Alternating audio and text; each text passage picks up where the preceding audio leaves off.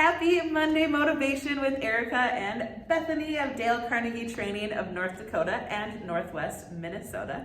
Today, we're going to talk a little bit about rumination and give some tips on how to get out of that headspace, because truly, I know I tend to live there pretty often, and something I'm working on is making sure that after you do something, a lot of times we initially think negative thoughts.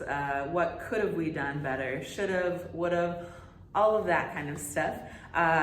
Just last weekend when I was at a certification event, you're up in front of people doing the best that you can, and you sit down and don't think about what went right.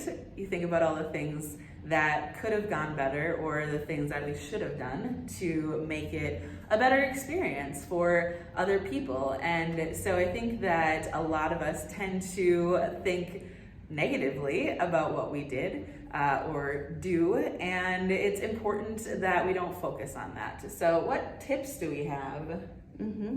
Yes, okay, great and very timely topic, and Erica is being humble. She rocked it at certification, which is no easy task.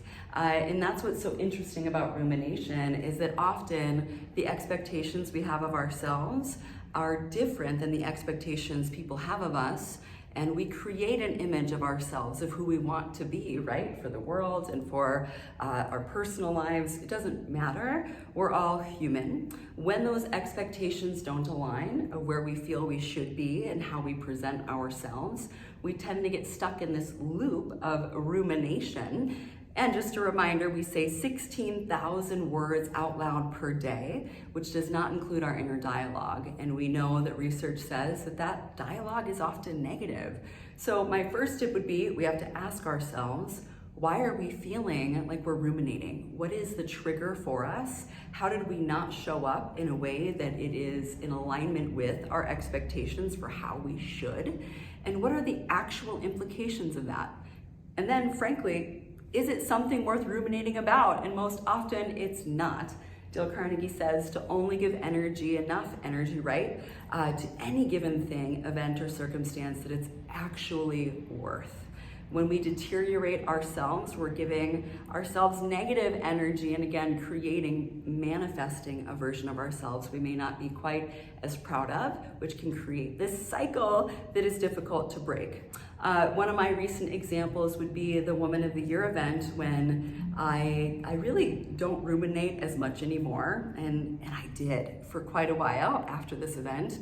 Because for the first time in my life, I was not prepared. I was actually stunned, and I didn't know what to say because of that level of shock.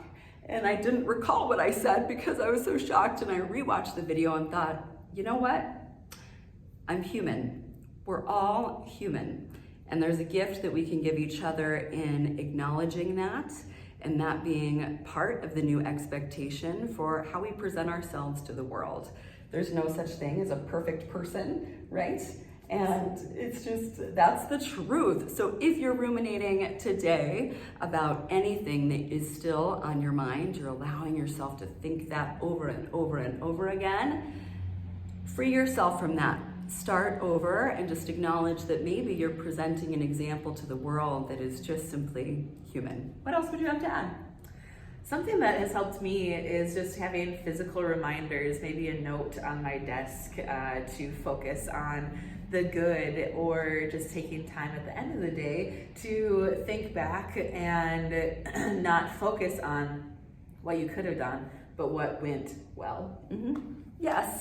And there's something to be said about acknowledging where we can improve, and there's also something to be said about celebrating humanness and vulnerability and letting things go, which is difficult, right? So we encourage you on this rainy Monday to let go and free yourself from any of those negative thoughts that are circling around in your brain, and just acknowledge the strength that comes from not ruminating negatively. Have a great week.